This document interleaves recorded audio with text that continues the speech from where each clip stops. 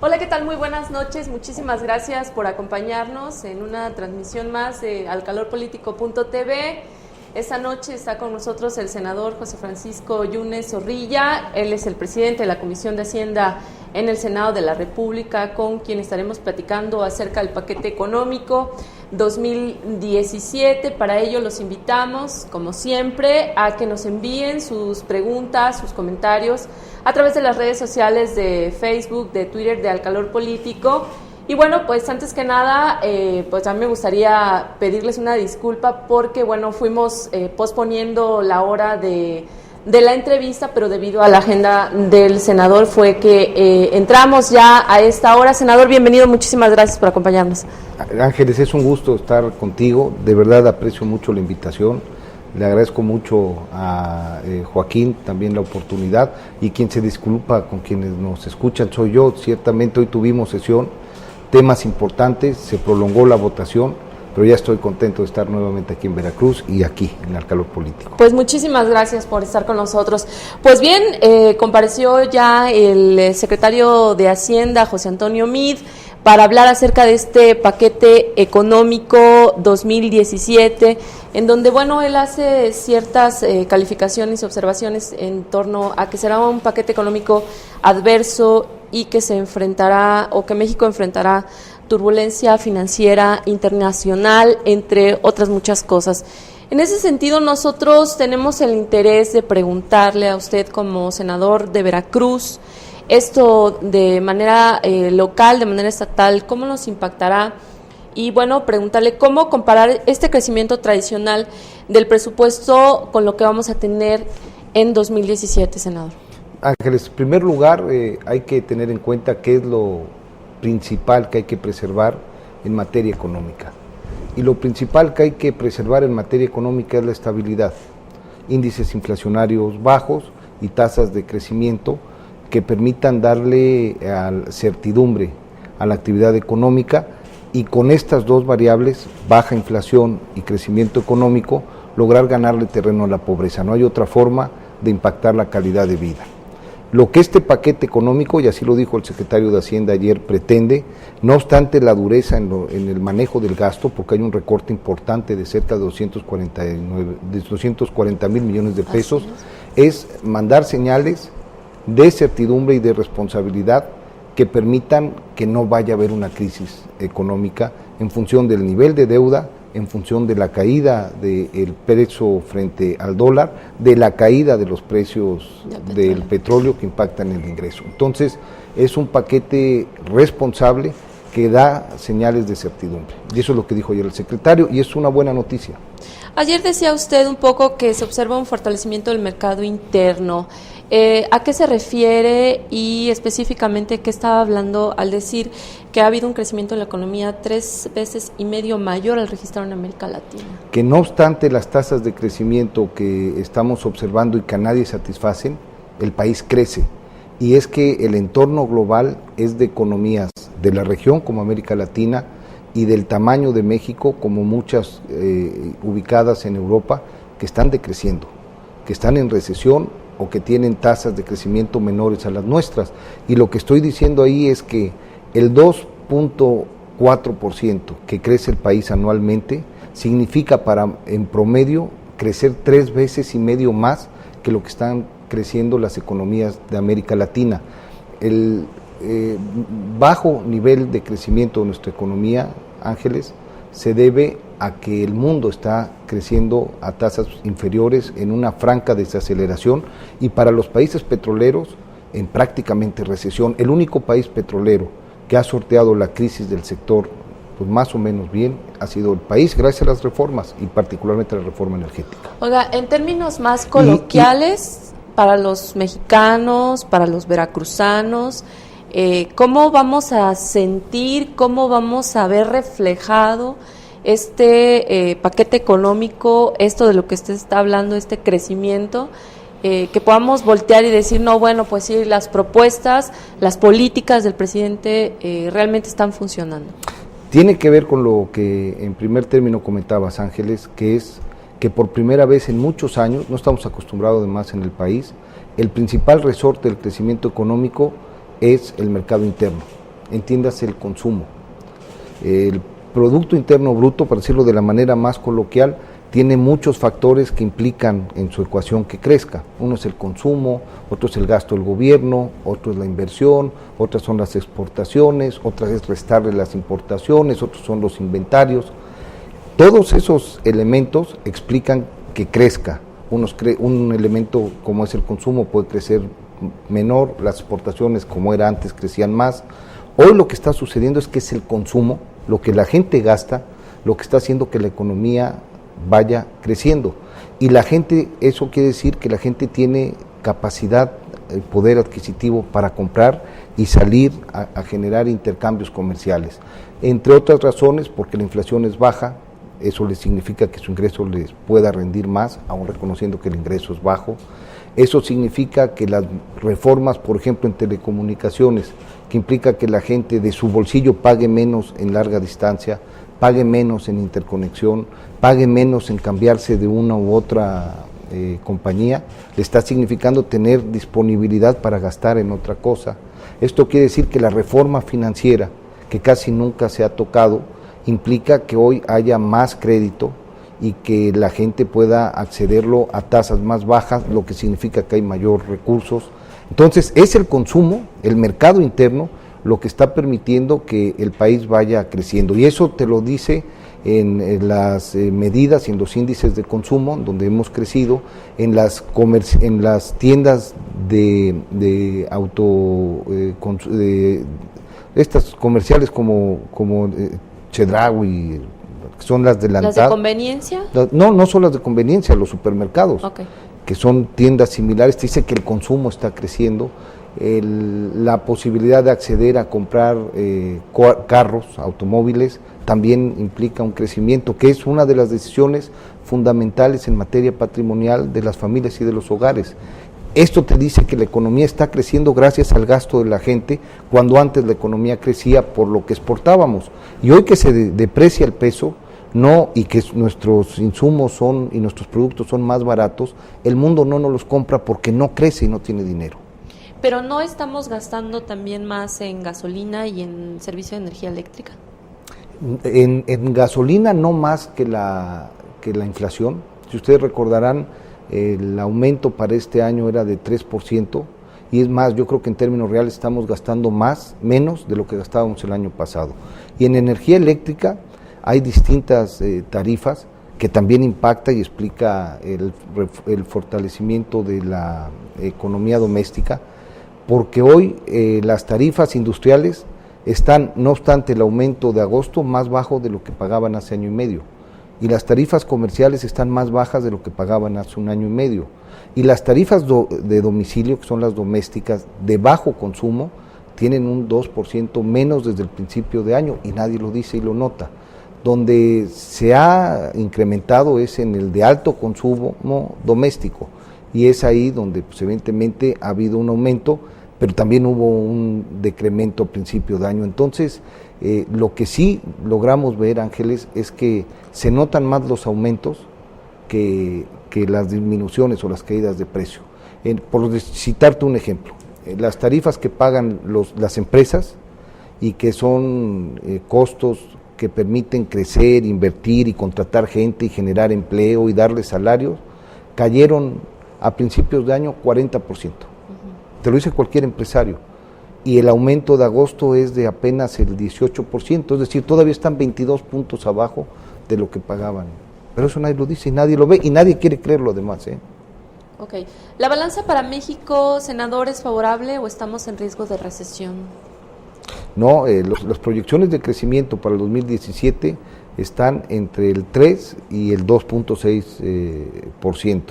Esto va a permitir que sigamos creciendo. El país necesita crecer a un mejor ritmo, Ángeles, pero por lo menos crecemos y vamos a crecer, no obstante la desaceleración que acaba de anunciar el Fondo Económico Internacional y no obstante que países como Venezuela, como Brasil, como Argentina están en recesión. O sea, Brasil, que era nuestra referencia en la región y que a principios del 2012 estaba creciendo 3 puntos arriba de nosotros, hoy está menos 6. y es el mismo caso de todas las economías vinculadas al petróleo. Nosotros tuvimos una reforma hacendaria, Ángeles, que implicó impuestos, que a mucha gente molestó. Ahora eso ha significado que dependamos menos de los ingresos del petróleo. Por fortuna hoy que cayeron los ingresos petroleros y los precios del petróleo. Y en este sentido, Ángeles, hoy se gasta, de cada peso que se gasta, 20 centavos vienen del petróleo. En el 2012, de cada peso que se gastaba, 40 centavos provenían del petróleo. Senador, me voy a permitir hacer algunas preguntas de las personas, de nuestros seguidores, de nuestros lectores. En algunos casos no tienen nada que ver con el tema que estamos tratando, bueno, sí, pero en atención a que se comunican con nosotros, dice Francisco Martínez. Pepe Yunes, ¿le van a dar el presupuesto necesario al sistema anticorrupción? ¿Se van a bajar el presupuesto el Congreso? Sí, le agradezco mucho a Francisco Martínez. El PRI en el Senado de la República propuso, y por fortuna parece que hay consenso en los otros grupos parlamentarios, que haya no un incremento propuesto al presupuesto del Senado de la República, y entiendo lo mismo harán los diputados. ¿Qué es lo que pasa? Hacienda no puede disminuir en el recorte a los otros poderes ni a los órganos autónomos, porque su independencia está precisamente en el presupuesto. Entonces, cada una de las cámaras y cada uno de los órganos autónomos, por ejemplo, como el INE, da una propuesta de presupuesto que Hacienda presenta como tal cual ante los diputados. Y nosotros estamos corrigiendo en el Senado de la República para que haya un sacrificio en términos de presupuesto de la misma proporción como lo está absorbiendo el gobierno federal. El sistema anticorrupción, ya ha sido un punto de debate, porque en la propuesta del presidente de la República vienen ceros el presupuesto para todo el sistema, aparentemente, y viene porque tiene una explicación. Aún no se ha votado y aún no existe el sistema, pero está en el presupuesto en un ramo que es el 23, que se llama previsiones salariales, cerca de 500 millones de pesos para poder acompañar al aparato administrativo del Sistema Nacional Anticorrupción. En el momento en el que se votara tendría este presupuesto. Esa previsión no se lo pueden dar a una comisión que todavía no existe y no se ha formado en ley. No, pero está la previsión, está la bolsa en un apartado que cabe en el presupuesto. Entonces sí va a haber. Sancor Gabo pregunta, ¿será el candidato a la gubernatura en el 2018? Estamos trabajando en el Senado de la República para que a Veracruz le vaya bien en estos momentos, y yo creo que contra resultados y contra trabajo tendremos que tomar la decisión. Es una decisión que hay que esperar en el momento, pero que evidentemente lo más probable es que esté participando. Sí, ya lo habíamos comentado. Sí, no hay duda sobre eso. Alberto Conti pregunta, ¿qué opinas sobre el ausentismo de la nómina de los maestros? Yo creo que se refiere a este asunto de los bloqueos y demás, ¿no? Sí. Se lo paso textual. ¿Qué opinas sobre el ausentismo de la nómina a los maestros? No, más bien la falta de pago, ¿no? Sí, a los maestros. La falta de pago a los maestros. No, pues es sumamente alarmante, ¿no? Y yo creo que la movilización y el generar presión es una manera de expresar un derecho que está más que consolidado y que es legítimo. Entonces, esperemos que esto se pueda resolver lo más pronto posible. Ahora, en materia presupuestal, sí viene una disminución en el presupuesto de educación, pero que no toca los salarios, ni las prestaciones, ni ningún derecho adquirido de los maestros. Ustedes se dan cuenta, en el área de aportaciones, que es donde está hoy el FONE, está garantizado y en aumento las previsiones para pagarle a los maestros federales. ¿Qué sería el recorte en educación? Los recortes en infraestructura es de casi el 35% al presupuesto de educación, y en donde en términos generales o de manera transversal se siente el recorte, pues es en lo que tiene que ver con provisiones salariales, es decir, los servicios personales y los gastos administrativos de las dependencias, o sea, lo que va acompañando al funcionario administrativo en su quehacer. La luz, el celular, la gasolina, los viáticos, eso es de casi el 40% donde se viene el recorte y es uno de los principales esfuerzos. Bueno, pues eso es positivo y ya se ha hecho, bueno, cada administración que arranca hace este esfuerzo y bueno, a la gente supongo que le debe parecer. Digamos que buena parte del sacrificio está en los gastos de operación, en los servicios personales y no en el servicio en sí. Ahora sí se traduce, de alguna forma la Secretaría de Comunicaciones y Transportes, la Secretaría de Agricultura, pues verán disminuidos sus programas en función de su presupuesto y eso pues se siente localmente. Bueno, voy a terminar con esta serie de preguntas y continuamos con el tema del paquete económico. Pregunta Eli Lapé, ¿qué piensa de que Duarte le echó a perder sus planes en las próximas votaciones en Veracruz? Si es en función de la molestia que existe contra el gobernador y el costo que tiene que recibir el partido, pues es un asunto que se encuadra en lo que la democracia por fortuna es. Buenos gobiernos deben de tener el premio del voto de la ciudadanía y malos gobiernos deben tener el castigo. Lo relevante aquí es deslindar responsabilidades. El PRI es el primero en hacerlo, lo estamos viendo en estos días, y en segundo lugar, pues dejar muy claro que el PRI no es una sola persona. El PRI está compuesto de varias expresiones y por fortuna las expresiones mayoritarias en Veracruz vinculadas al Partido Revolucionario Institucional es gente de trabajo, es gente honorable, es gente que se ha labrado un prestigio y un liderazgo en las distintas regiones de la entidad. Betty Regis pregunta, ¿Pepe Yunes es sinónimo de compromiso y responsabilidad? Bueno, es una opinión. Gracias, Betty Regis. Le dice Litzia García, pregunta, ¿por qué no primero se ilustra sobre la economía del Estado, luego del país para que dé una buena entrevista y no esté tartamudeando? Bueno, eso sí, me disculpo por lo de las tiendas que no son de conveniencia, sino que son... Bueno, el comercial ya lo dimos, exacto. ¿No?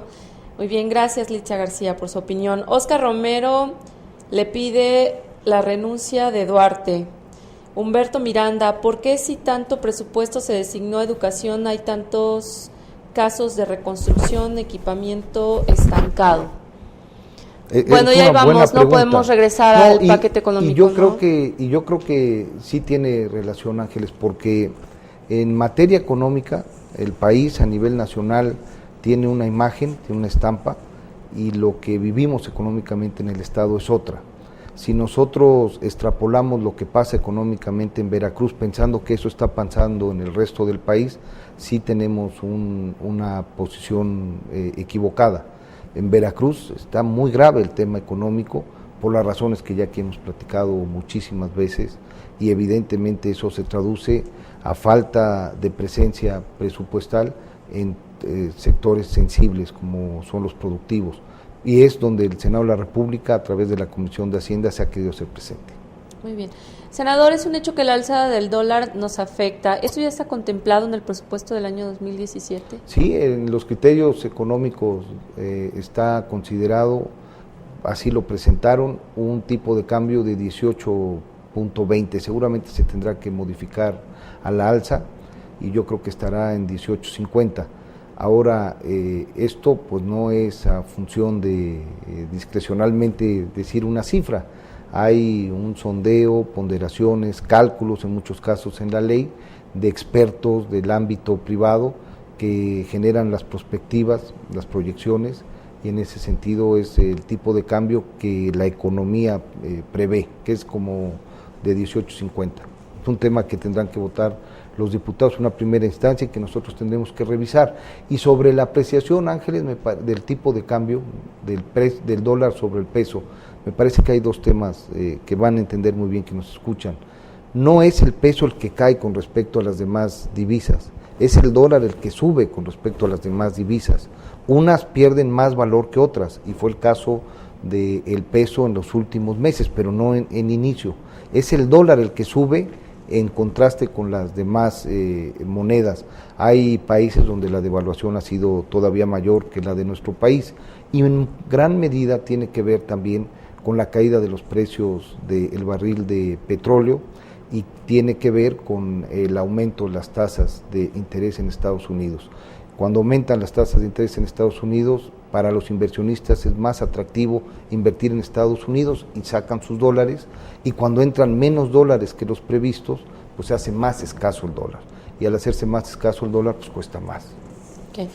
Senador, sobre esta cifra que daba el secretario de Hacienda, este ajuste fiscal de casi 240 mil millones de pesos, y los recortes en materias, específicamente en las secretarías, un 35% en educación, ¿qué otras secretarías se van a ver Aquí está, impactadas? no la sé de memoria, si quieres te lo dejo para tenerlo de mayor, pero digamos que la Secretaría de Economía, la Secretaría de Trabajo, la Secretaría del Medio Ambiente, la Secretaría de Educación, la Secretaría de Educación es la Secretaría de Educación solo es el 12% lo que 12%. 35% es la Secretaría de Economía, y en ese tenor pues hay por ejemplo dependencias como la de Desarrollo Social, en donde la caída es solo del 3%, o la de los tribunales agrarios, donde prácticamente queda en cero, o la de Marina, en donde solo pierde casi el 4%, y hay otras en donde manejan también en proporción del presupuesto que ejercen, pues un porcentaje mayor. Pero corrijo, en la de educación solo el 12%. 12%. Voy a continuar con las preguntas y comentarios que nos hacen llegar a través de las redes sociales. Dice José Ángel Patricio Besiche, ¿quién debería ser el próximo presidente estatal del PRI? Ese es un tema que tendrá que resolver el PRI, la militancia del partido. Por lo pronto, dentro del PRI, dentro de la dirigencia, la encabeza un hombre con una trayectoria más que probada, muy bien formado políticamente, con un gran compromiso con Veracruz, y hay que estar en este sentido los priistas generando el entorno para que en unidad podamos ir resolviendo todos los procesos de selección. Susana Pérez Hernández dice, como senador, ¿trabajará usted con el gobernador electo Miguel Ángel Yunes Linares? Como senador de la República vamos a trabajar por Veracruz, sin lugar a dudas, todos en el espacio y con la responsabilidad que tenga que enfrentar. O sea, si la pregunta es si hay interés en obstruir o en estorbar el gobierno del licenciado Yunes Linares por la diferencia de partido, la respuesta es puntual, no la hay, y hay un compromiso por Veracruz. Ahora trabajaremos cada quien en los espacios y en las trincheras, si me permite el concepto coloquial, que nos toca atender, y yo desde el Senado de la República seguiré en la Comisión de Hacienda promoviendo las ampliaciones presupuestales que le permitan mayores recursos a la vida económica de la entidad, como ya lo he hecho y como lo seguiré haciendo. Pregunta Vinicio Martínez, ¿qué estrategia utilizará el Senado de la República para el urgente rescate financiero de Veracruz? Es una buena medida, y también la respuesta es puntual, Ángeles. Los recursos que podamos traer a Veracruz, más allá de los que están presupuestados y le correspondan por ley, los traeremos en beneficio de la población. Ahí no hay ninguna duda. Ahora, en tema presupuestario me parece que hay que atender dos aspectos. Primero, que la federación tiene realmente serios problemas de liquidez, ha caído sus ingresos y está en este sentido, lo que estamos hablando hoy, presentando un recorte de 240 mil millones de pesos. Es mucho recurso, no hay mucho recurso con que extra hacerse presente. Y dos, la buena noticia es que la parte del presupuesto no programable, que es la que está respaldada por ley, particularmente por la Ley de Coordinación Fiscal, pues no tan solo no cae, sino que tiene aumentos. Esto quiere decir que el presupuesto para el Estado de Veracruz, no, lo que va a manejar el gobierno del Estado de Veracruz y lo que va a manejar los municipios del Estado de Veracruz no se disminuye. Ahí yo creo que los programas sociales, los programas de campo, los programas de infraestructura, principalmente en la CIOP, pues por lo menos no tan solo tienen menos presupuesto, tienen un aumento de cerca del 5%, que le va a permitir pues tratar de compensar la falta de inversión que desde la perspectiva federal llegará. Entonces, para el gobierno del Estado vienen completos los recursos, los programas estatales tienen su fondeo, lo mismo para los municipios. O sea, no podemos, o sea, digo, si se estaba pensando en que por este recorte de 240,000 millones de pesos Veracruz se vería impactado, la respuesta es no. Parcialmente sí. Digamos que lo que en agricultura el gobierno federal pudiera traer en Veracruz, seguramente para este año va a ser menor a lo que trajo en el 16. ¿Pero no mayor a este porcentaje que daba, del 5%? No, lo que es que ese es el presupuesto para Veracruz que maneja el gobierno del estado de Veracruz y el presupuesto para los municipios que manejan los ayuntamientos. Ahí viene en aumento. El recurso federal que evidentemente se ejerce en cada estado y en cada municipio, es el que sí se verá disminuido. Pero nosotros vamos a tratar desde el Senado, Ángeles, de que Veracruz sea la entidad menos perjudicada por este recorte. Bueno, continúan las preguntas. Dice Arturo Sierra León, ¿qué consecuencias trae consigo mismo el paquete económico 2017 en los sectores del estado de Veracruz? ¿Qué compromiso trae? ¿Qué consecuencias trae consigo mismo el paquete económico 2017 en los sectores del estado de Veracruz? El recorte evidentemente va a implicar que se privilegien en materia, por ejemplo, de infraestructura para el sector de la construcción, pues los proyectos que ya están en operación, que ya están siendo instrumentados. Yo creo que va a significar que muchos nuevos se cancelen. Para el aparato productivo de la federación hay que verlo también en función de los muchos millones de pesos que se dejaron de ejercer en Veracruz por la falta de comprobación, por un lado, y por la falta de la aportación del Estado en otra. Entonces, pues de alguna forma eso ya se está lamentablemente experimentando en buena parte de nuestros campos. Entonces, en este sentido vamos a estar muy atentos para que de nueva cuenta los recursos federales que se tengan que evitar ejercer en función del recorte sean para otras entidades, sino para Veracruz. Dice Luis Sánchez Espinosa, ¿su trabajo legislativo seguirá apoyando al campo veracruzano? Sí, sin duda, y esto nace, Ángeles, y que nos lo hace favor de preguntar, de la convicción de que el Senado de la República es el representante del Estado en lo político frente al pacto federal, pero también de su aparato productivo. O sea, no puede uno cerrar los ojos cuando el trabajo del Senado es hablar para que lleguen más recursos en favor de quienes hacen vida en Veracruz. Y en este sentido, pues Veracruz es un estado que se distingue por muchas ramas de producción y vamos a seguir apoyando a los cañeros, a los cafeticultores, a los citricultores, a los pescadores, vamos a seguir acompañando en sus justas demandas por trabajo a los constructores veracruzanos para que la federación los tome en cuenta con recursos de la federación. Dice Leopoldo Castillo, ¿cuál sería la mejor estrategia para resolver la situación del magisterio en nuestro estado considerando la falta de liquidez actual? La mejor estrategia es que de manera puntual los recursos que tienen un destino definido en el presupuesto lleguen a ese destino. Los recursos para el magisterio están previstos en el presupuesto federal para los que están federalizados, estatal en el presupuesto estatal que votan los diputados. Lo que ha sucedido aquí, y lo hemos platicado, Ángeles, es que se confunden los destinos de los recursos y se concentran en una sola bolsa que se va utilizando según la presión, según la exigencia del momento. Y esto permite que los recursos de la educación terminen siendo utilizados para hacer carreteras y los que se requieren para hacer carreteras se terminen siendo utilizados para comprar medicinas y las grandes cantidades de recursos que se tienen que utilizar para proveer de medicina nuestro sistema de salud terminen siendo utilizados para pago de salarios de la burocracia. Entonces, en ese sentido, el grave problema del Estado es un sobreejercicio de cerca de 1,000 millones de pesos y lo que hizo falta es asumir con responsabilidad y con disciplina decisiones que no son muy fáciles como las que está presentando el presidente de la República para generar equilibrio. Oiga, ¿qué opinión le merece en ese sentido, por ejemplo, esta respuesta que en diversas ocasiones ha dado últimamente el secretario de Finanzas en el sentido de que, bueno, finalmente la Auditoría Superior de la Federación no tiene la última palabra y que están dispuestos a irse al Tribunal Contencioso Administrativo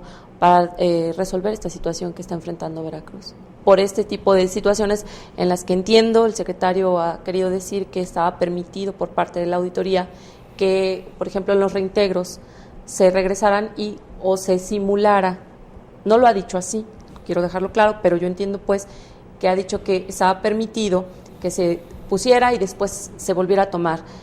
No sé exactamente, o el término de la licuadora, y que sí estaba permitido y que en algún momento alguien dijo, no, aquí algo está mal, pero que él sostiene que están dispuestos a ir hasta los tribunales, ¿no? Bueno, me parece que es el papel. Lo que sí es que tiene que jugar para defender lo indefendible. Me parece que la Auditoría Superior de la Federación fue muy clara y tan no satisfizo las solventaciones presentadas en tiempo y forma que ya dio vista a la Procuraduría General de la República y está en otra instancia. Ahora el Tribunal de lo Contencioso Administrativo me supongo que tendrá que jugar un rol para las observaciones que haga el ORFIS en materia de los temas de carácter local. Para los recursos federales ya no es ese el tribunal lo acabamos de modificar. ¿El tribunal fiscal? Es ahora el Tribunal de Justicia Administrativa, antes era el Tribunal de Justicia Fiscal y Administrativa, y lo que tenemos que tener en cuenta es que el Tribunal de Justicia Administrativa es la instancia nodal del sistema anticorrupción. Se modificó este tribunal, se le amplió sus alcances y atribuciones, sus integrantes son más y son ahora ese tribunal y esos magistrados los que tienen la última palabra en materia de corrupción. Entonces pues me parece que sí, llegarán allá y esperemos cuál va a ser el resultado. Carla Silva pregunta, ¿por qué nunca hizo nada por detener el saqueo de Fidel Herrera y Javier Duarte? Pues el saqueo de Javier Duarte y de Fidel Herrera, de existirlo, de ser, me parece que había que documentarlo en las instancias correspondientes y es lo que están haciendo, por fortuna, ahora la Auditoría Superior de la Federación.